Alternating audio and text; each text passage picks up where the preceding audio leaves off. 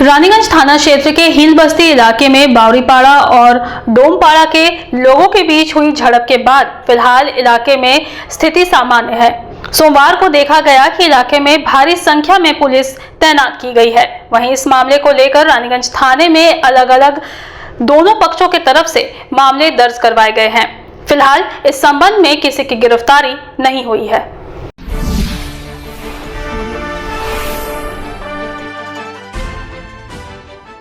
रानीगंज थाना क्षेत्र के हिल बस्ती इलाके में बावरीपाड़ा और डोमपाड़ा के लोगों के बीच हुई झड़प के बाद फिलहाल इलाके में स्थिति सामान्य है।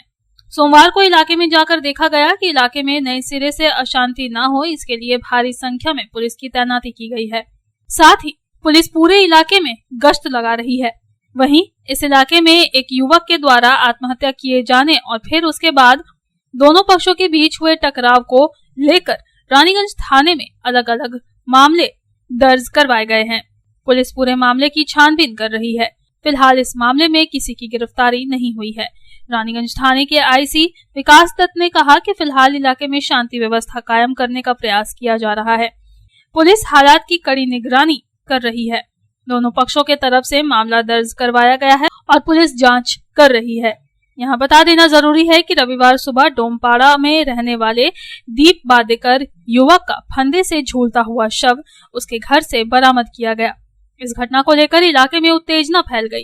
इस घटना को केंद्र कर दोनों इलाकों के लोगों के बीच टकराव शुरू हो गया था। सूत्रों से प्राप्त जानकारी के अनुसार इस पूरे विवाद की शुरुआत गत 14 मई की रात हुई थी, जब कीर्तन के दौरान डोमपाड़ा व बावरीपाड़ा के लोगों के बीच विवाद शुरू हुआ था। विवाद बढ़ने पर दोनों पक्षों के लोगों के बीच मारपीट हुई थी। रात में तो किसी तरह मामला सुलझा लिया गया था, लेकिन 15 मई की सुबह फिर से दोनों पक्षों के लोग आपस में भिड़ गए थे। इस दौरान कई वाहनों में भी तोड़फोड़ की गई थी। दोनों तरफ से जमकर पथराव किया गया था, जिसमें कुछ लोग घायल हो गए थे। विप्लव बादेकर की report, public times. I am Dr. Radha Krishna. I am a gastroenterologist and a liver specialist. So I do visit Durgapur once a month. I stay here for 2 days. So we do different types of procedures pertaining to gastroenterology and liver.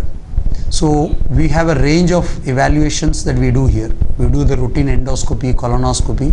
Starting from there, we have advanced technologies like nasal endoscopy, liver fibroscan, capsule endoscopy.